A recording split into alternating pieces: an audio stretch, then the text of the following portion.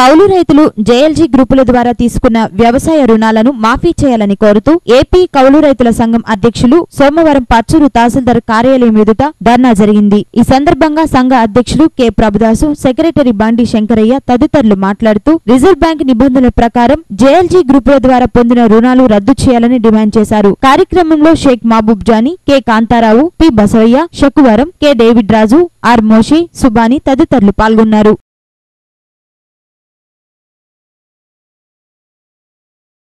Finance నిబంధనలను రద్దు చేయాలి। స్కేల్ ఆఫ్ ఫైనాన్స్ నిబంధనలను సవరించాలి। అప్పుల